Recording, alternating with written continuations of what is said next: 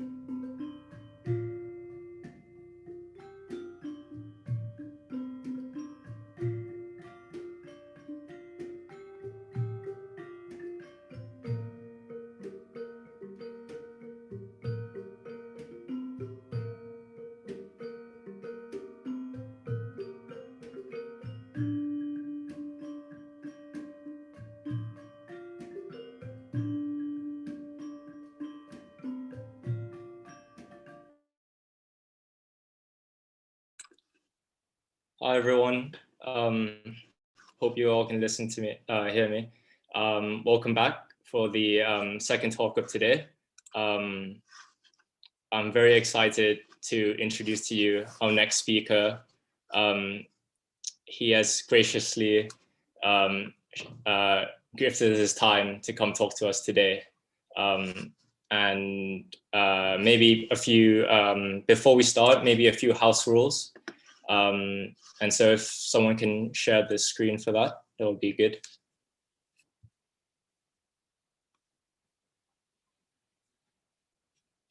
So viewers, if everyone here right now, if you're encouraged to turn on your videos throughout the session, please ensure your audio is muted unless advised otherwise.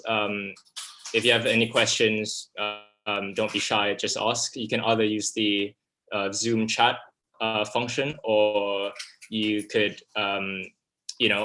speak and voice out your question.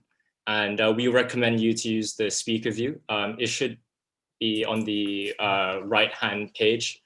And this will ensure us the best experience for this talk.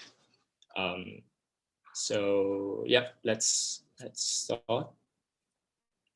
So just to introduce myself first, my name is Pawit Kuchkan. I'm a third-year engineer representing Thailand in this event. Let me introduce to you our speaker today, Mr. Jirajut Sapsi Sopa, also known in the business world by Kuntop Jirajut. He is the co-founder and group CEO of the tech startup Bitkub Capital Group Holding, based in Thailand, which aims to catalyze blockchain technology into the mainstream world by its four core businesses: Bitkub Capital, Bitkub Online, Bitkub Blockchain Technology, and Bitkub Academy. A bit more about our speaker, Kuntop. He is an Oxford alumnus, which makes us even more excited to have him on this talk. Having graduated not so long ago in 2013 with a master's in philosophy in economics, he then went on to pursue a job as an investment banker at Evotech Capital in Shanghai, and then moved to San Francisco in the US to be a financial consultant, I believe at Marquee Advisory Group. Shortly after, he decided to leave his job in the corporate world to follow his passion in entrepreneurship.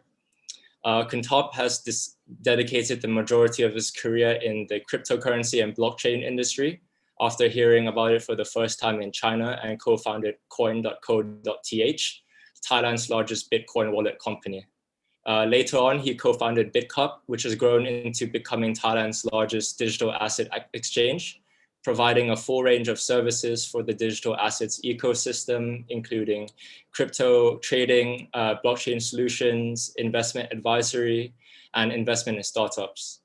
As well as being the CEO of Bitkub, he is also a part of the board of directors at the Thai FinTech Association and the subcommittee at Thailand's Office of Trade Competition Commission. I will now pass on to Kintop, and maybe can you tell us more about your own personal story as well as your company story? How did it all come about? And do you have any views or advice for young kids of this generation trying to break into the startup world or the fintech world in general? Sure. Thank you very much for having me here today. A pleasure to meet you all.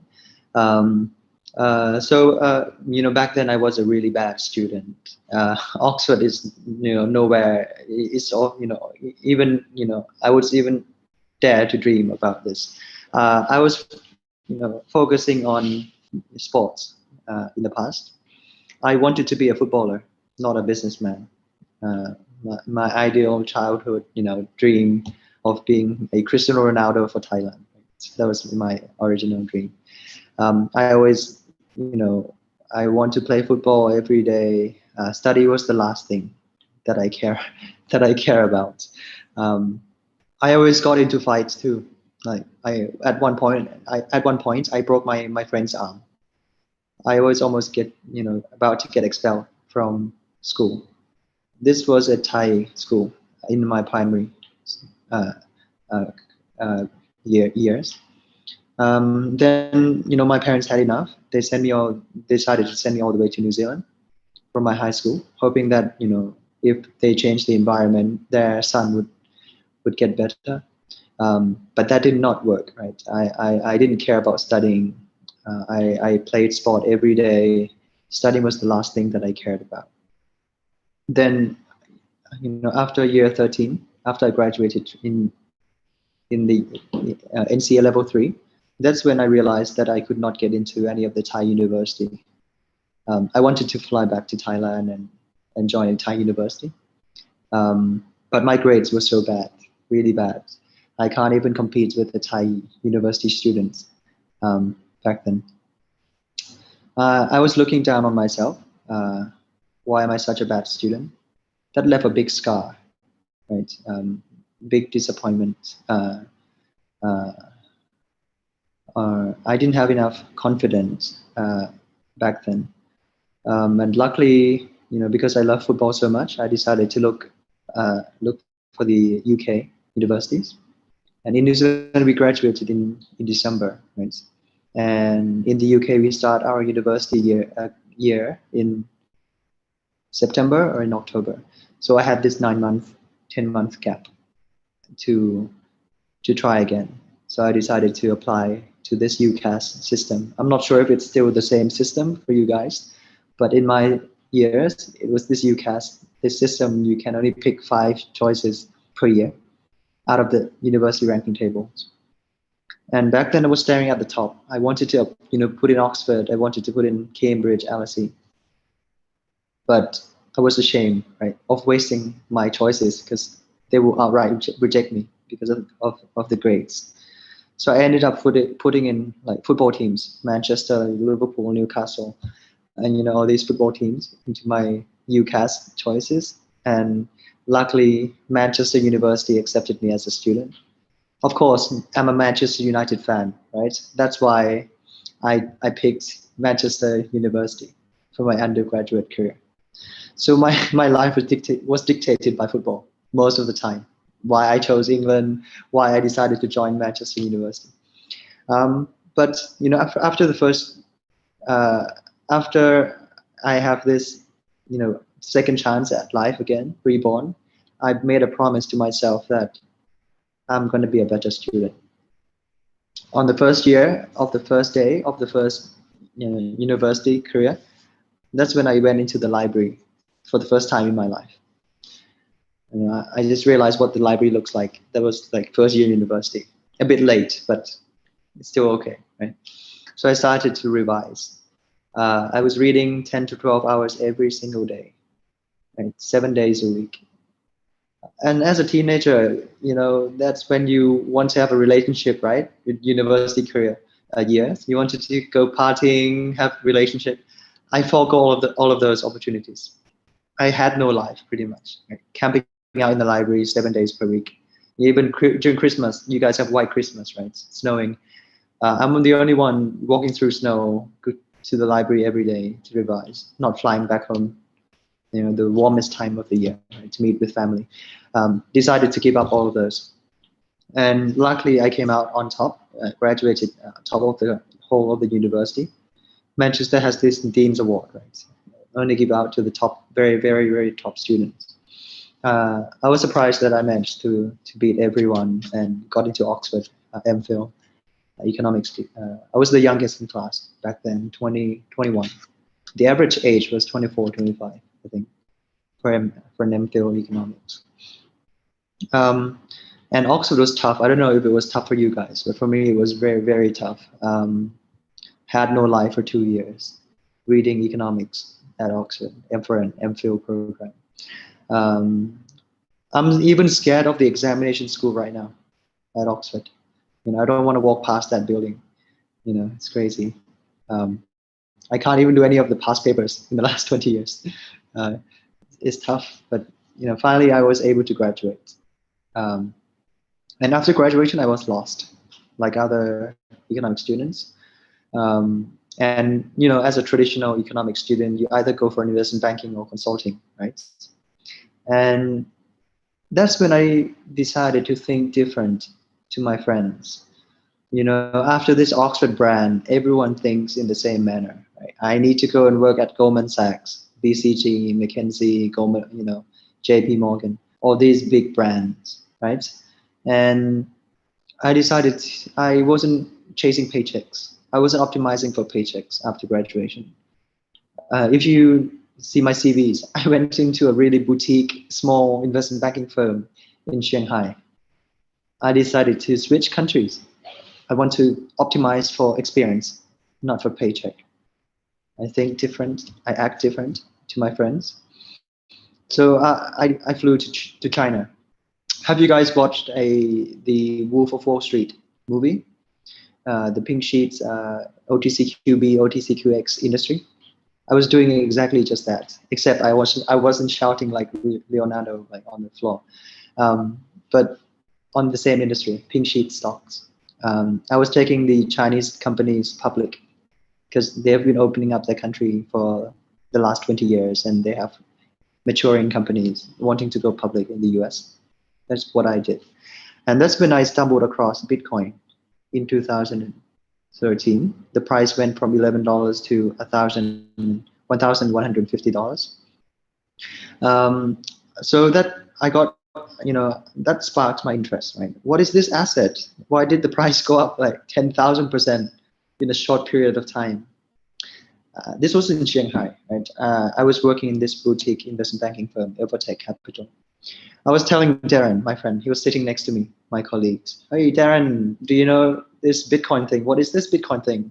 Have you heard about this? Darren could not care less, right? He just ignored this thing. But I decided to read up further about Bitcoin.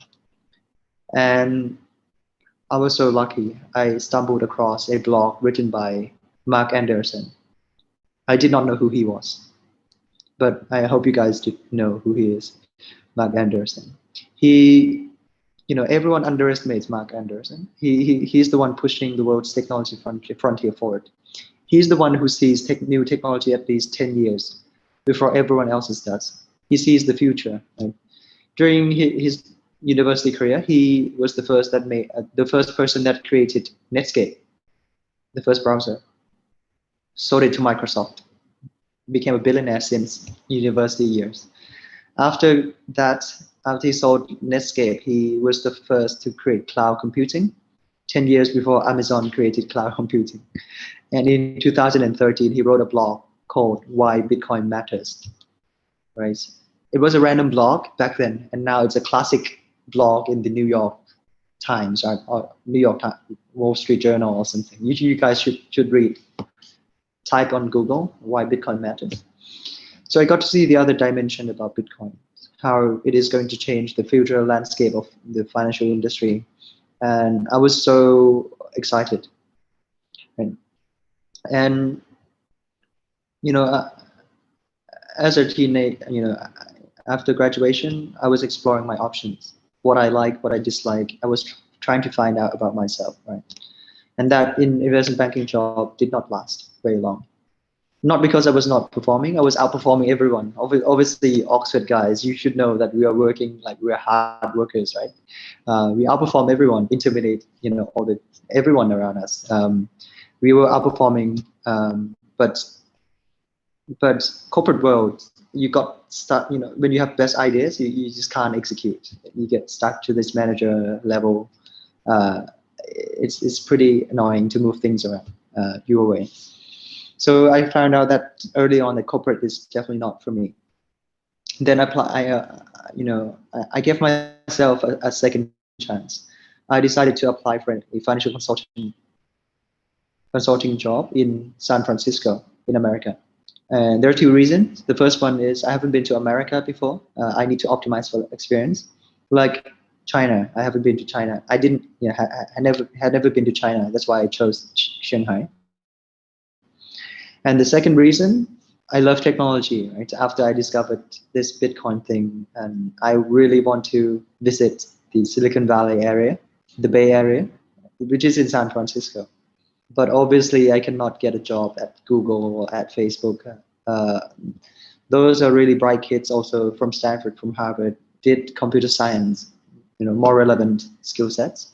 I was reading economics from a UK university and also an international student visa, work permit, extra barriers. Right?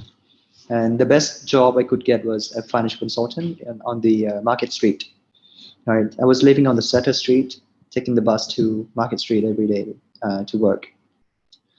After the first week into the second job, consulting, I hated, the job.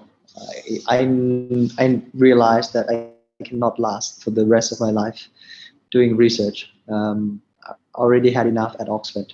Thanks. But I'm already here, right? In San Francisco, I thought to myself, I can't just fly back after a week. My parents would kill me. Then I started to ask around. Do you guys know anyone working at the Bay Area? Can you make introduction? One of my colleagues said, I know a guy, an executive from PayPal. Would you like to meet him? I was like, yes, please. Can you please schedule a meeting? So one Saturday brunch, I took Dan to a pancake shop, right, in the Bay Area. I was asking Dan, I was treating him pancakes. Right? Dan was working at PayPal, executive of PayPal. Dan, what do you think about Bitcoin? He was like, you are the luckier generation. Bitcoin is going to change the world. The original vision of PayPal was not to be a payment gateway. They wanted to create a digital dollar. Right? But the environment, the infrastructure, nothing was ready. They had no cloud computing. They had no blockchain. They had no mobile phone penetration, right? They had nothing. Nothing was ready. You are the luckier generation. You have blockchain. You have cloud computing. You have smartphones. Bitcoin is going to change the world. So that I had this rubber stamp.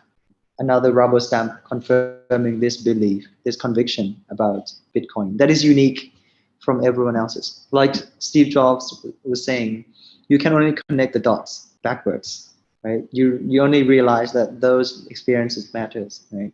You can only connect the dots backwards in your own way. And I encourage you guys to visit the Bay Area. It's such an interesting place. If I went into a pub, and whoever I talked to inside the pub, like the first question you would normally ask would be like, "What do you do?" Right? And all the answers I have received was like, "I am an entrepreneur," and they would all share with full passion about how their company is going to change the world. That was such a unique place. So that was when I was introduced to entrepreneurship. you know, as a traditional economic student, you were taught to climb up ladders, corporate ladders, right? Goldman Sachs, BCG, Goldman Sachs, right? Entrepreneurship was the last thing that you think about.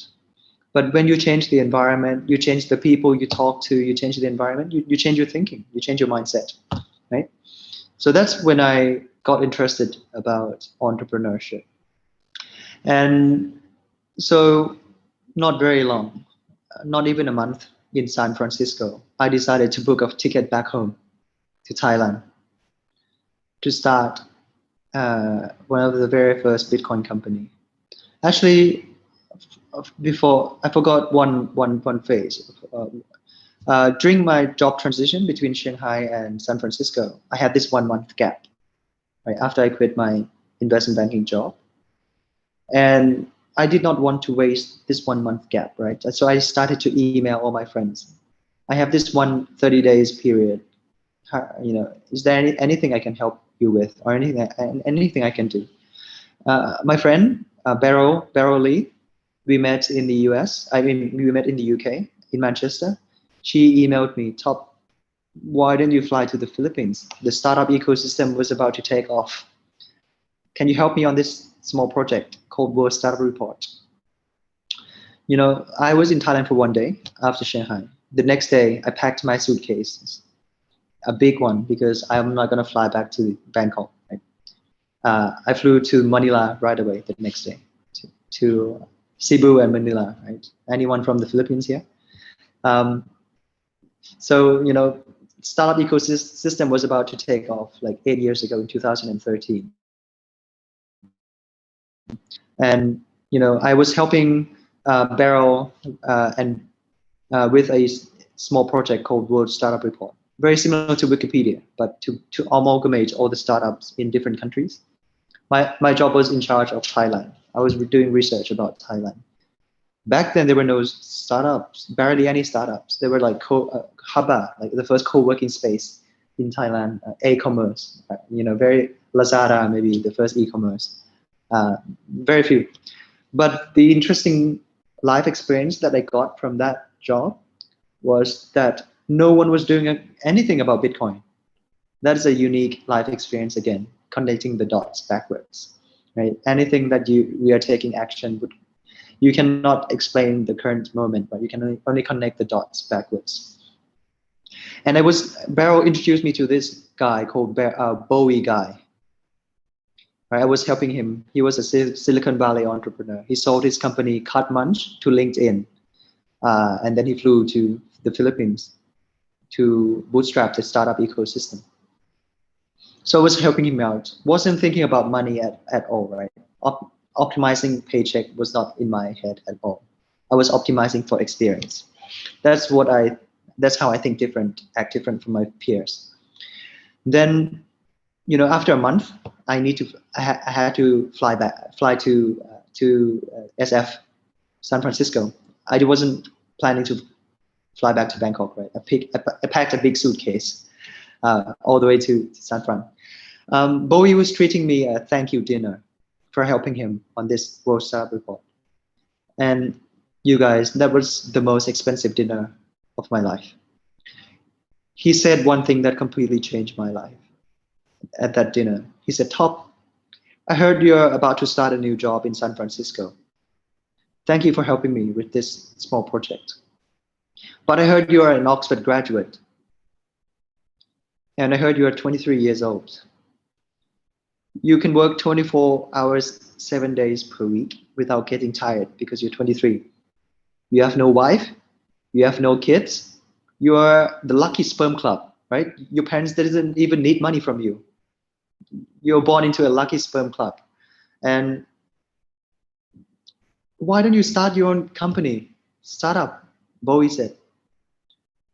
Imagine if you fail, right? If you start a company and you fail, come on, with your Oxford degree, everyone will be fighting for you. Any company you can walk in and they would gladly welcome you as an Oxford student. I was like, yes, you're right. That is true. That is actually pretty true. And Bowie said, you know, Top, but if you take your flight to San Francisco tomorrow, and you're addicted to this job, right? Until you reach about 40 years of age. You probably have a wife, probably have kids. Your parents are no longer there to give you moral support, right? And you cannot work 24/7 like a teenager anymore. And imagine if you want to start your own company then. What are your opportunity costs? Are you going to take that risk?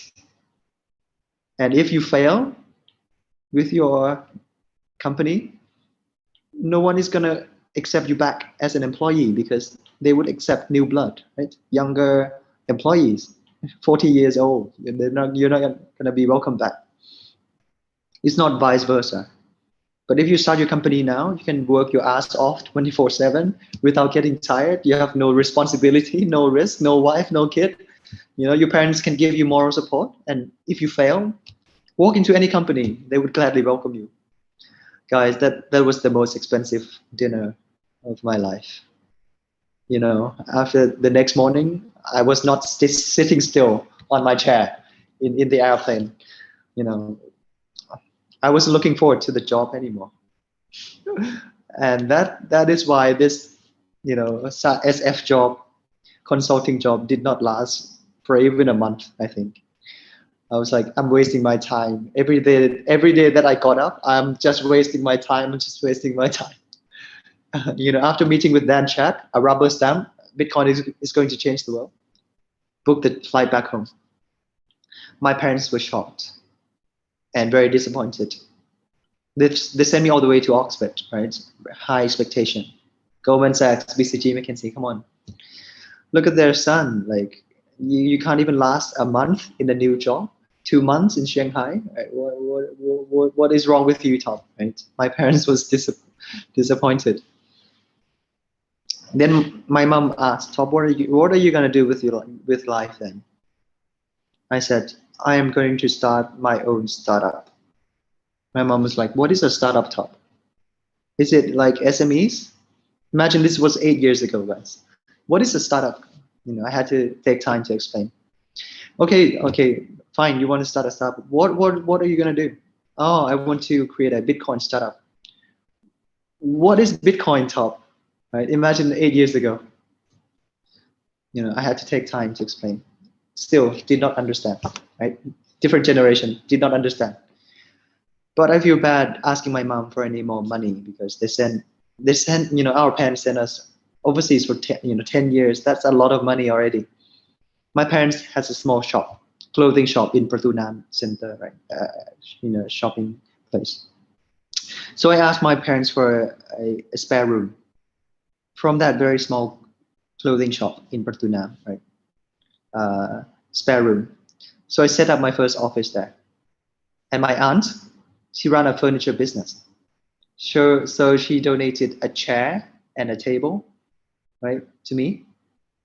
And I had this sign at the back of the wall in a very small room. There's a bed, there's a chair, there's a desk, there's a whiteboard, and there's a sign. And there's this Toshiba laptop that I wrote my thesis on. That's it. That's the whole company, right? The only asset I had to myself was a Toshiba laptop. That's it, 8 years ago. And I was working my ass off, 7 days per week, 12, 14 hours every day. I cannot socialize. I saved up every pennies. My parents were feeding me for 10 months, guys. How ashamed is that, right? I was eating lunch, dinner, breakfast with my family every day. Saved up every pennies. I did operation myself, incorporation, legal work myself, accounting, general ledger, trial balance myself, marketing myself, online, offline, right? I did everything, but I learned so much. I can guarantee if you guys are from the Lucky Sperm Club, go and start your own company, right? You can afford to fail. I can guarantee you guys within the first year of your first company, you will learn much more than working for someone else for 5 years. Because it will force you to learn. It will force you to grow, to make sure your company survives. Right? I learned so much in that 10 months. So I saved up the first portion. I decided to start to expand the team. And that's when I realized that no one would want to work for me, even though I had the money to pay, right? The first reason, when they came to the office, they were shocked. This is definitely not a Bitcoin company. I'm sure it's a clothing shop. Clothes everywhere. This is definitely not a financial company. Right? They were shocked at my office. Why is there a bed here? Why is there like one desk and a chair? And that's it. That's the whole office. No one wanted to work with me. And the second reason, how many people in the company? There's just one person, myself, 23 years old, CEO, right? CEO, 23 years old. And what do you do? Oh, I run a Bitcoin company. I'm pretty sure that's a Ponzi scheme, right? No one wanted to come and work with me back then. The first two employees were my cousin. His name is T and Jane. They had a gap year. So I used that saved up, fund to pay my cousins to work for me for the first year. I could not hire anyone. And they were working with me every day from that clothing shop. And actually, Cointelegraph just came to the shop last week. They were filming this documentary about myself. You guys can see the physical, actual shop from the Cointelegraph video. It will be out soon. And so the three of us were in this spare room. Then the Bank of Thailand issued a letter, a proper formal letter saying that Bitcoin could be a Ponzi scheme. The value could go to zero anytime. This was 2014 now. My dad stumbled across this letter, right, from the Bank of Thailand. And he looked at me. Who do you think he would believe, guys? A recently graduated son or the Bank of Thailand? Obviously, the Bank of Thailand, right? My dad said, Top, can you please shut the company down now, please, and go get a job at Goldman Sachs? Right? I spent a lot of money on you already. Why are you staring at computer screen for 10 months, not talking to anyone? I have to feed you every day. You can't even socialize. And then the Bank of Thailand said, this is a Ponzi scheme. Imagine that, right? My parents were super disappointed. But, I was stubborn. I was like, we had big fights. Bitcoin is going to change the world. I met Dan Chat. I read a blog called, Why Bitcoin Matters by Mark Anderson. We had this huge fight within the family. I did not want to give up. Then one of the happiest days of my life was when I moved out of my parents' shop into a co-working space in Ekamai. We rented out the smallest room. And we had like 4 or 5 employees in that room. And every lunchtime, I would go and have lunch with them. I was sitting at the top of the table, and I was like already super proud of myself. I am an entrepreneur with 4 or 5 employees. This is my company. Already very proud, right? Back then. We gradually grew from like the smallest room to a medium-sized room in that co-working space into the largest co-working space room. We're a team of 13 people now. That's when the anti-money laundering officers sent me an investigation letter with my name on the head of the letter. Right? My dad saw the letter. Then he looked at me. What do you think he said? Top, we are not that poor. Why are you risking your life? This is jail time. Go and shut the company tomorrow. Go and shut the company today. He was saying this, and I was like, Bitcoin is going to change the world. I met Mark Anderson, Dan Chat, huge fights, and I was hiding this letter from all my employees. I did not tell anyone. Only my dad know about this, right? I rang my friend from Oxford, right? And they all work at a big law firm. Can you please help? Anti-money laundering called me into the office for an investigation. Can you please help? I have the money to pay. They were all like, Top, good luck, right? No one wanted to risk themselves because it was super gray back then. Guys, you have no ideas. I was working from 10 a.m. to 7 p.m. managing the company, right? From 7 p.m. to 3 a.m. I was reading up on all the anti-money laundering laws, AML, KYC laws. I did this for 3 months, consecutively for 3 months, without telling all of my employees, right? Super tired, tiring, The next day, 10 a.m., I have to be at the office again. I just left the office at 3 a.m. for 3 months, I was so stressed. My friends did not want to help out. All the big law firms, even though I had the money to pay, no one wanted to risk it. So stressful. I can't even talk to my parents because my dad would just say, "Top, then shut the companies down. I told you so. Shut the company now." Like, I can't even talk to my parents. I can't even socialize too. Right? My friends were looking down on me. Everyone was like, "Yeah, Goldman Sachs, BCG, McKinsey, just got promoted. Top, you're running a small startup, laundering money, right? I can't even socialize." So bad that every Friday night, I would drive to Dongwon Airport. I would park the car at night. Then I would pick the most recent random flight that is about to take off. Then I would fly alone by myself to a random place for the weekends. I don't care where it is. Pick the nearest, flight that is about to take off. Then I would fly back on Sunday night. Then on Monday, I would hustle again. I would fight again, start work again. For 7 consecutive weeks, I would drive to the airport every Friday and I would pick a random flight by myself. Go there, alone by myself. And my dad was driving me to the anti-money laundering office, EDN, right, to defend the company. And after I got back to the office, after the anti-money laundering presentation, half of my employees left the company. Half of my employees left the company after they realized that the company was being investigated by the anti-money laundering officers. We had to rebuild. We had to rehire. Right? That's fine. We just rehire. The company gradually grew, until we hit about 30 people. We moved to a new office in Chitlom. That's when I got another letter from the Bank of Thailand for an investigation.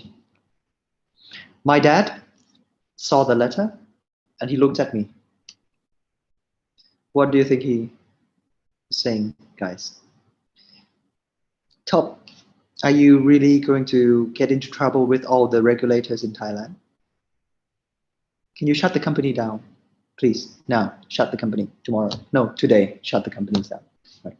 I was like, Bitcoin is going to change the world. We had this big fight. Right. Mark Anders and Dan Chat. Right. Bitcoin is going to change the world. Big fights with my dad again. I wasn't willing to give up. And I did not tell any of my employees either. I rang my friend from a big law firm again. I got a letter from the Bank of Thailand. Can you please help? The investigation is soon, within a month. Can you please help? Top, good luck. Right. So, from 10 a.m. to 7 p.m., I was managing a team of 30 people, company. And from 7 p.m. to 3 a.m., I was reading up on all the, money regulation, right, by myself for a month, preparing to defend with the Bank of Thailand. After I came back, I think my dad was the one driving me again to the Bank of Thailand office. After I came back, half of my employees left the company again. That's fine. We just rebuild, right? Rehire. Then I thought that was over. Then the revenue department sent me a letter. And this was like consecutive weeks, right after we finished this Bank of Thailand crisis, right? The revenue department sent me another letter with my name on it. My dad saw the letter and he looked at me. What do you think he said? Right? he doesn't even say anything anymore, right? He just had enough. Like, just do your own thing, right? So there's no point fighting. So then, but for this this crisis, everyone in the company right? From 10 a.m. to 7 p.m., everyone was doing their own things, managing the company. But from 7 p.m. to 3 a.m., everyone became an accountant, reconcile all the accounting, preparing for the RD meeting. Everyone was so burnt out. Half of the people in the company left, not because of anything, but because they were so burnt out by the workload. Like we were working from 10 a.m. to 3 a.m. And then at 10 a.m. I would be chasing people again. Where are you guys? Why are you not at the office yet? Right? For 3 months, half of the employees left the company. Then eventually on the 1st of April 2017, the Japan announced Bitcoin is legal. That's when I got the congratulation message from all my friends everywhere. Top, I've been following your story. I can't believe you are the minority that is right about this Bitcoin thing, where the majority is wrong, so wrong about this Bitcoin thing. I can't believe you stand the test. I can't believe you have this courage to hold on to pain for so long. Right? Can you please advise? I want to start my own company now. I got this message everywhere from my friends. Eventually, Gojek acquired the company. I exited before. And then, in 2017 now, that's when I thought I want to take at least a gap year, because it was such a really tiring 4 years of my life, right? Doing things that people did not understand and actually against. Very hard. I thought Oxford time was hard, right? But running a company is much harder, right? Much more tiring and stressful. I wanted to take a gap year, but in 2017, that was a golden year for Bitcoin. That after Japan announced Bitcoin is legal, that's where all the media came to me, or the press media, because I was the only one that did this thing for so long in Thailand, right? I was on stages every day, 7 days a week. I spoke more than 300 stages in 2017 alone. Been to all the press, every channels. So I did not really rest. Then the SEC created this FinTech Challenge program for the first time in their history. So I wanted to show the regulators that we can do much more with the blockchain technology. So I formed a team called Private Chain, and I created this stock exchange 2.0, or digital asset exchange, where you can trade stocks T+0 days instead of T+3 days. Back then in Thailand, when you want to trade stocks, it was T+3 days settlement time. I created a new stock exchange that you can trade stocks within 3+0 days, instant settlement. We did the first round, second round, third round. Then I became a winner of that FinTech Challenge program.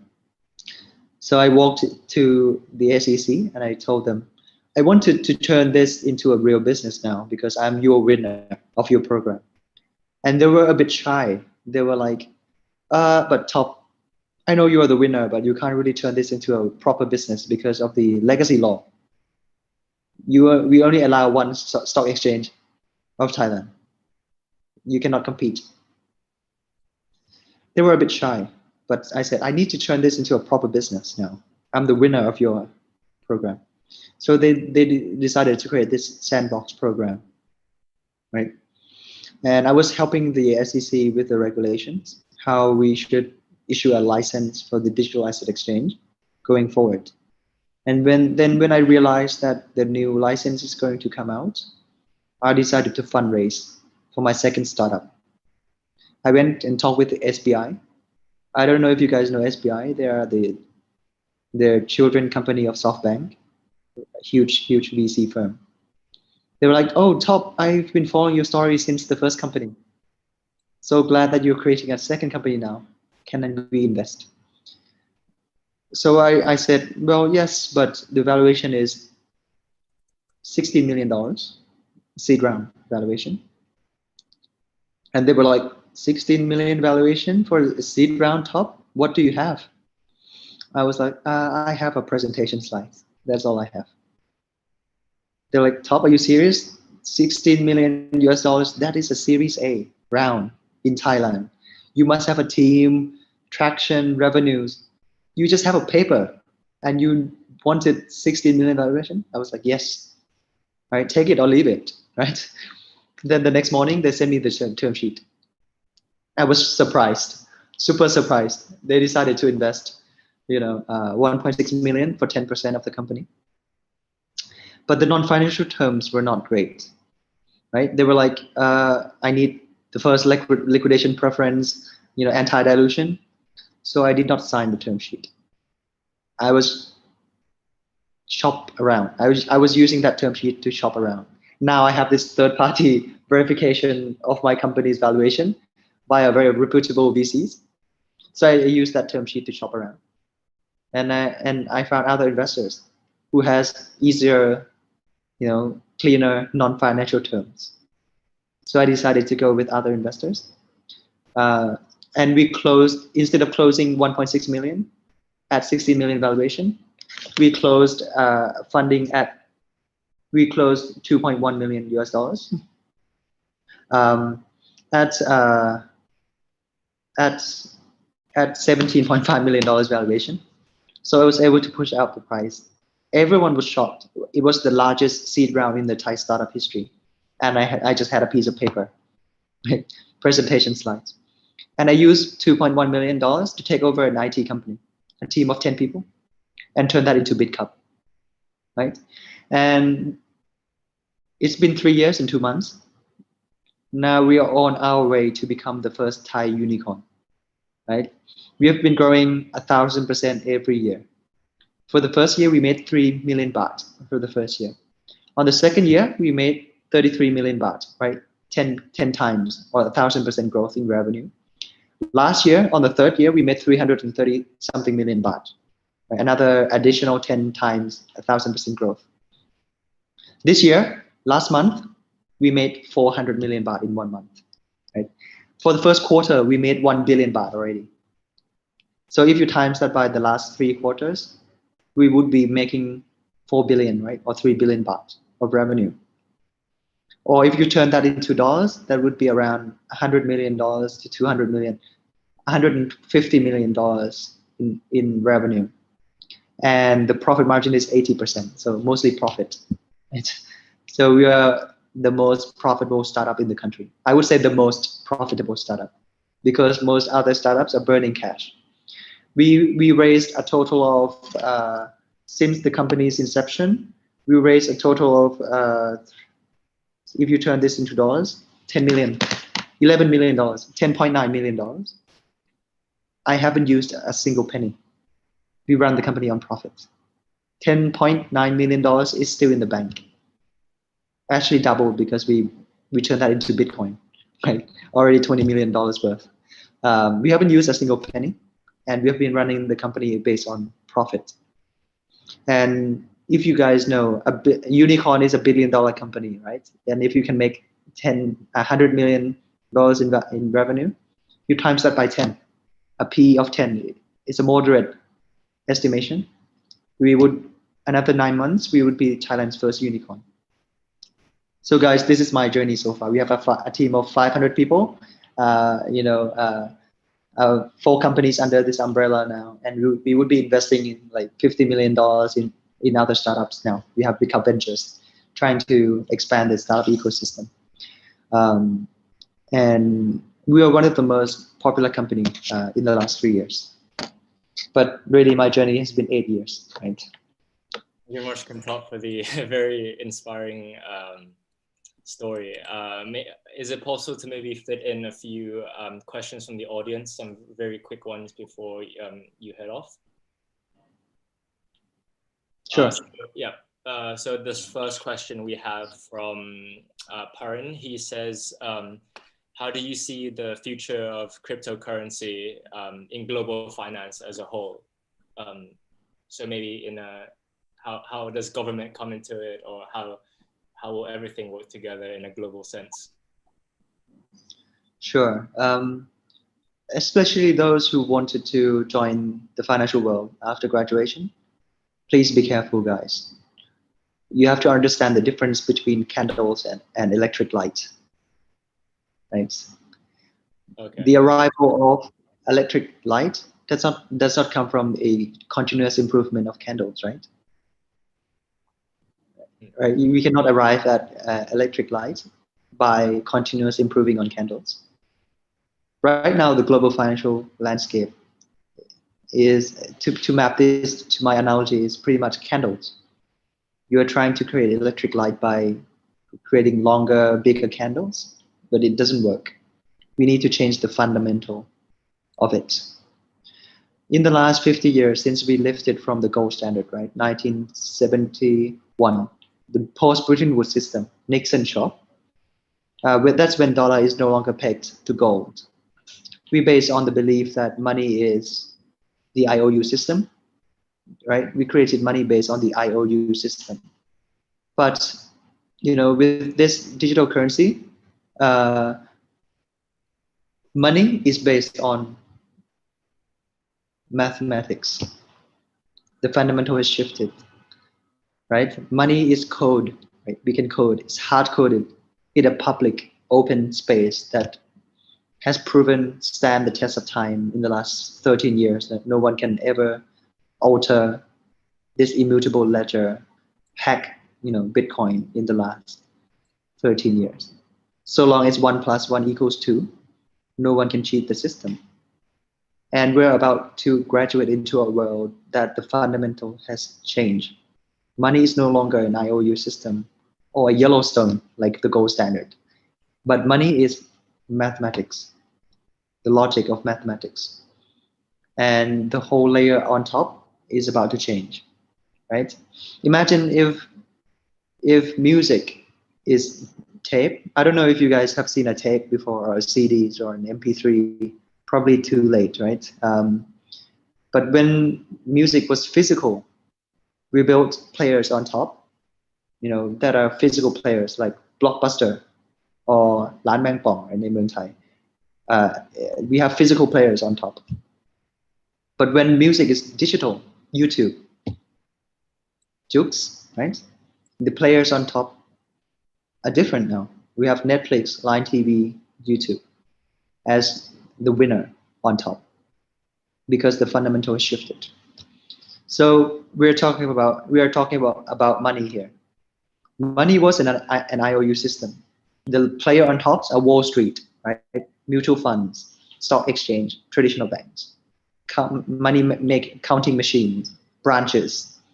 But when the fundamental layer has shifted from an IOU system to the logic of mathematics, the upper layer are different.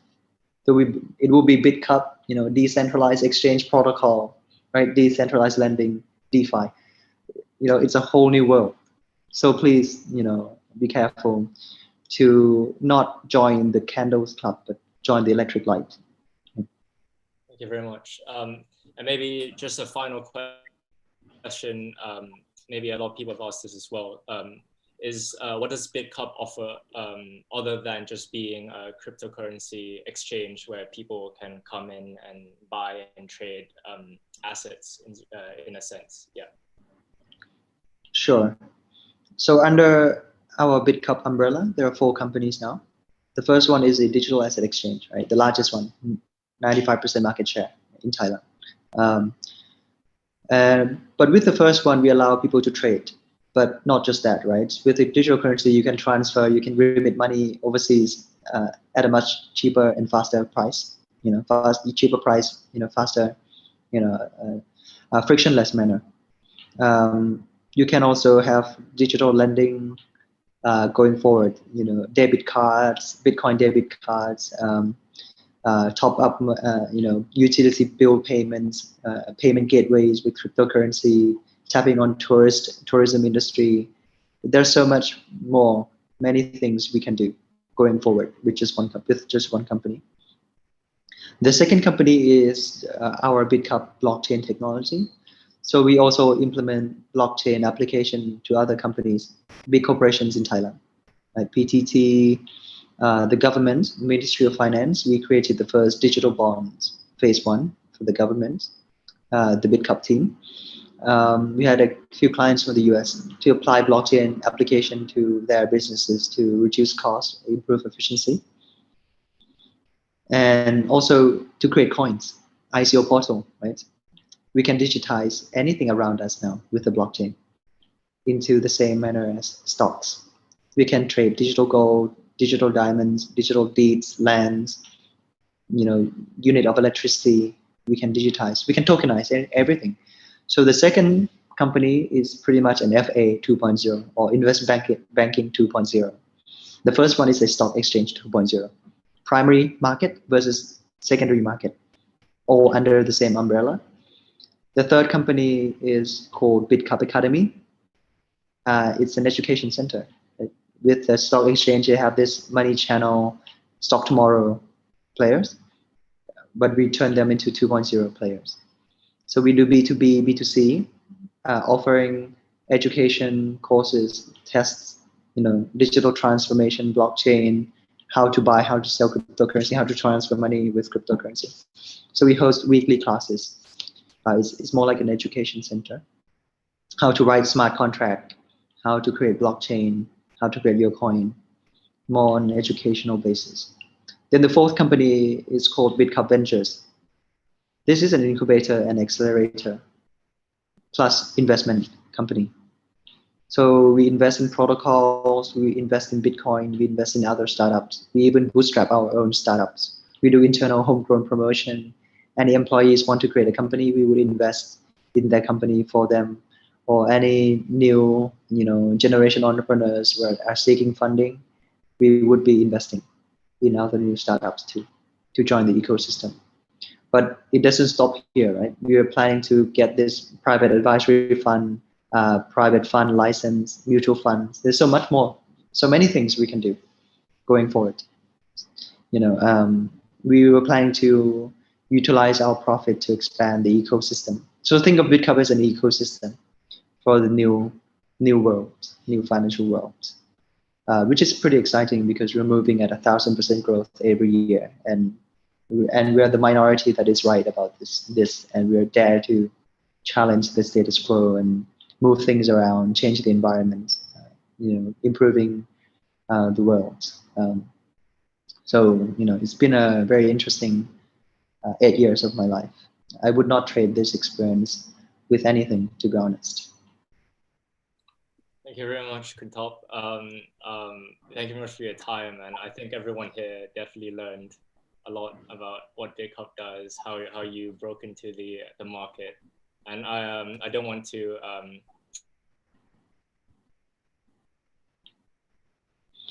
Sure. So just to answer the last question quickly, COVID doesn't affect it affected in a positive way. We grow 1,000% since COVID, right? So it affects positively. Cool. Bitcoin's the future. Don't forget to create your Bitkub account, guys. Or if you want to join a fast-growing startup, or if you know anyone, great, please help refer. Yeah, we'll definitely use the OxSEA network. Thank you very Thank much. you. Sure. Take care, guys. Yep. Okay. Bye-bye. Thank you very much. Thank you very much. Thank you. Thank you. Thank you.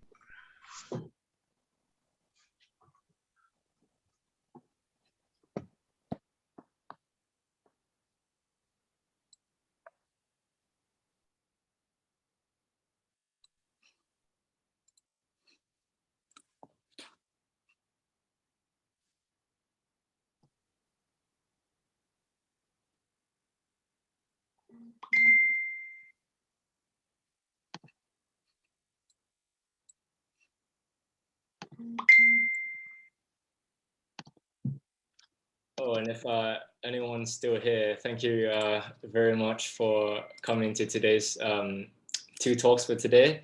I believe we have, tomorrow is going to be another set of, another day of talks, and hopefully you guys tune in tomorrow again to see what other speakers have to say. Thank you very much, guys. Oh, sorry, on Monday rather than tomorrow. Yeah, enjoy the weekend.